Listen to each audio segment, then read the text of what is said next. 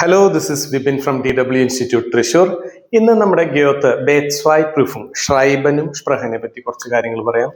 അപ്പൊ ഈ രണ്ട് എക്സാമും പാസ്സാവണമെങ്കിൽ പല ടിപ്സുകളും ഞാൻ പല വീഡിയോസിലും കണ്ടിട്ടുണ്ട്. അപ്പൊ അതിൽ പറയുന്നത് നമ്മൾ കുറെ സ്വൈറ്റൈലിക കൊണക്ടോർ യൂസ് ചെയ്യണം, പിന്നെ കുറച്ച് നല്ല വാക്കുകൾ യൂസ് ചെയ്യണം, ടോയർ എന്നതിന് പകരം കോസ്റ്റ് സ്പീലിഷ്, അല്ലെങ്കിൽ കുറെ സ്ട്രക്ചറൽ ഇന്റർലാഗേസൈൻ എന്നുള്ള യൂസ് ചെയ്യണം.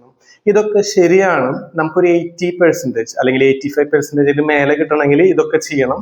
പക്ഷെ എന്താണ് തോൽക്കാൻ കാരണം എന്ന് ചോദിച്ചാൽ അതിന്റെ കാരണം A1 A2 മിസ്റ്റേക്സ് അതിലുള്ളത് കൊണ്ടാണ്.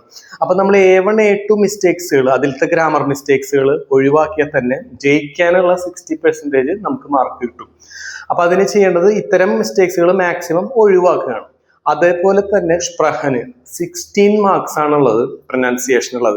അപ്പൊ അതിൽ ഏറ്റവും കൂടുതൽ വരുന്ന മിസ്റ്റേക്സുകളാണ് ഞാൻ കളക്ട് ചെയ്തിട്ടുള്ളത്, ഈ വീഡിയോസിൽ ഇട്ടിട്ടുള്ളത്. അപ്പൊ ഇതിൽ ഉള്ള മിസ്റ്റേക്സ് മാറ്റിയാൽ തന്നെ ഒരുവിധം മിസ്റ്റേക്സുകളൊക്കെ മാറ്റാം.